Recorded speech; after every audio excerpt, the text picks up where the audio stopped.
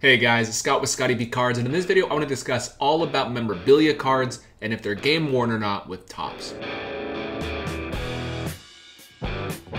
So we see, especially with football and basketball cards and Panini in general, they aren't really using game used jerseys anymore. Topps claims they're using game used jerseys, and it says game used on the front, but on the back it says from not any particular event, game, or season, right? So there's a lot of confusion in the sports card world of, are these cards actually game used? And I came across something that I thought was pretty concerning when I first saw it about Topps game used cards. Here is the card in specific.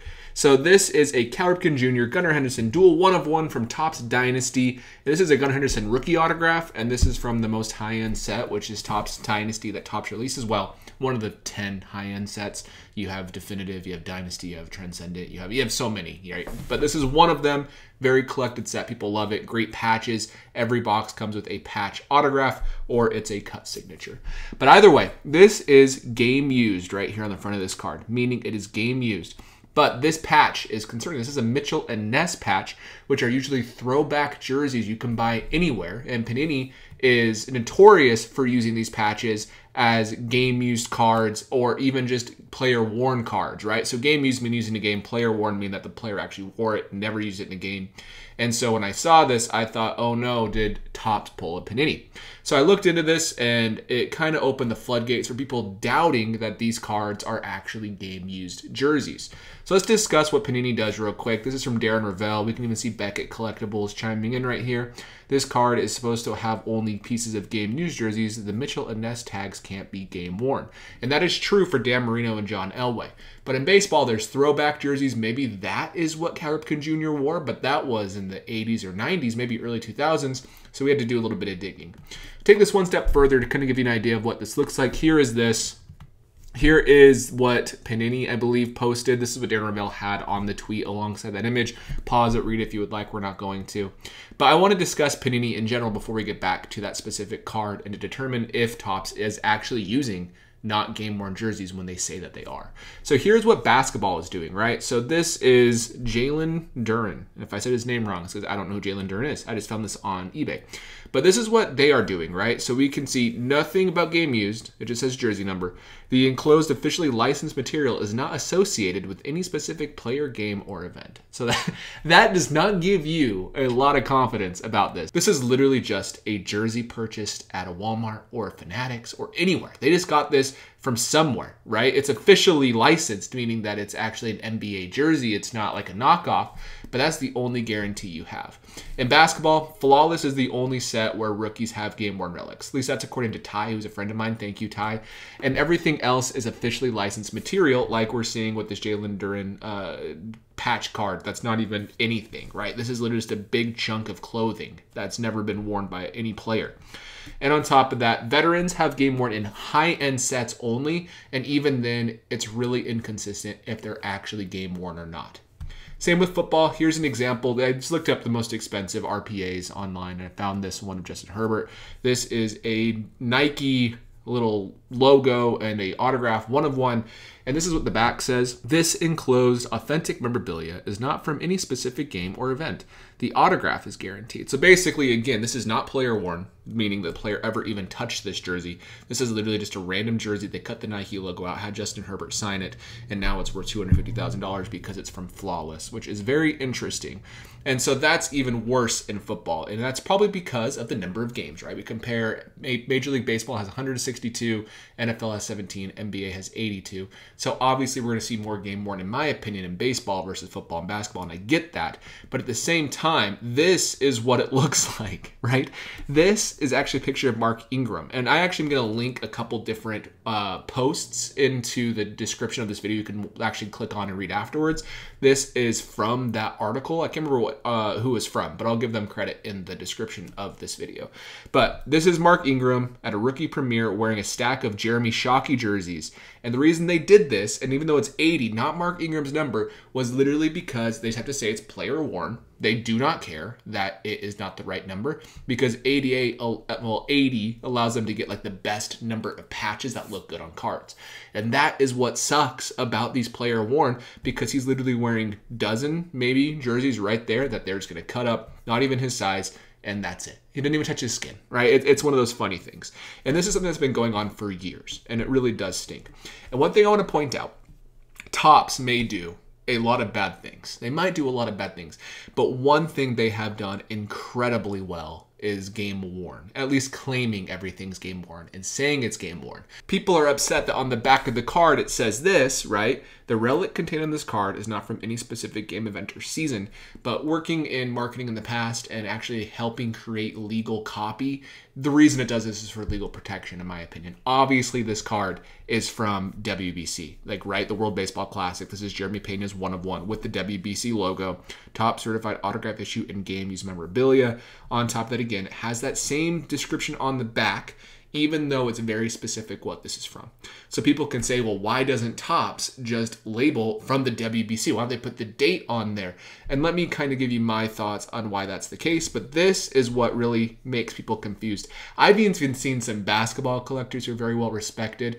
There was actually something that Slab Stocks did, and on that they said, hey, why aren't Logo Man cards in baseball worth as much as basketball and football? And someone said, well, they're not game used. It says this on the back. I'm like, no, they're game used, at least according to Topps. They just don't say where it's from because they have a ton of jerseys of the same player that they're cutting the cards up, and they don't want to say exactly where everything's from and catalog all that. And let me explain more. I have done a lot of videos showing how many autographs and parallels are produced, right? A lot of videos doing that. And it seems like overwhelming amounts. They're serial numbering those, which is crazy. There are significantly more jersey cards out there, and that would be incredibly difficult for Topps to try to actually catalog and say where every single piece is coming from on the back of a card. You're going to have tons of errors, and that'll piss people off more, and Topps does not want to get sued for this. And on top of that, they don't want to keep track of it. Like I said, they probably have multiple different jerseys that they actually take patches from depending on the card and the set, and they just want to go in and take that piece of jersey and not have to worry about putting a sticker on it themselves. There are some MLB authenticated stickers on Topps stuff that says when it was worn, and that's specific to specific sets, but that's not the case typically. And Topps does not want to catalog and maintain a web domain with all of the game-worn cards when they produce millions a year, and copy changes are a legal nightmare. And so they do copy changes in every card for review to actually state the specific game is just not possible. And then, in my opinion, this is all just to protect them legally and to save them time and resources, which I am okay with myself. And people can be upset that they don't know what's going on. They can say it's not hard for Topps to do it. It would be incredibly difficult.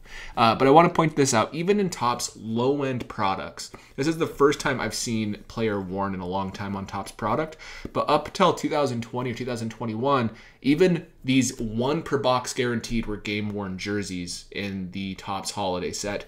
Now they are player used, unfortunately, player worn, but they label that in particular. We can even see the back. You've received a relic card from 2020 Topps Walmart Holiday. This relic containing this card is not from any specific game, event, or season. Over here, this one is player worn, and it says the relic contained in this card was worn by the featured player. And then that's all it says, right? So it actually gives you an idea of what's going on. So here is something that has made these sayings on the back of the cards the way that they are. These companies were sued, and people actually had federal charges against them for fraud because they were buying Walmart jerseys and saying they were game used. And there's pressure from the manufacturers like Topps and Panini to get these jerseys cheap, so that's why this happened. I saw more about it in the past. This is the article I found from Sports Collectors Daily, which again I will link in the description. But basically, people had federal crimes, and that's not what anybody wants, especially for Topps and Fanatics right now. So overall, that is something I wanted to point out. That actual Cal Ripken patch was actually game worn. It was from, there was 2 sales of a Cal Ripken Jr. jersey that were game worn with the Mitchell and Ness. They were throwbacks. This was from 1996. Another one was even later, I think the early 2000s or late 1990s. And so they were game worn. You can see the Mitchell and Ness tag right here. I know the guy who bought the dual auto of Ripken and Gunnar Henderson at the very beginning of this slideshow. Right here, that is where that Mitchell and Ness tag came from, was the bottom of this Cal Ripken jersey. So it was game worn. Topps is stating that it's game worn. They did not want to say where it came from, not because they're hiding anything, but because it is a lot of resources, time, and they don't really have that. They don't want to mix things up, and I understand why. Is Topps perfect? Absolutely not. Here's a good example. This is from Transcendent, I believe. This is a Paul Goldschmidt 1 out of 5. It has the Cardinal right here, and it does have one of those stickers where you can look it up on MLB's website, like I said.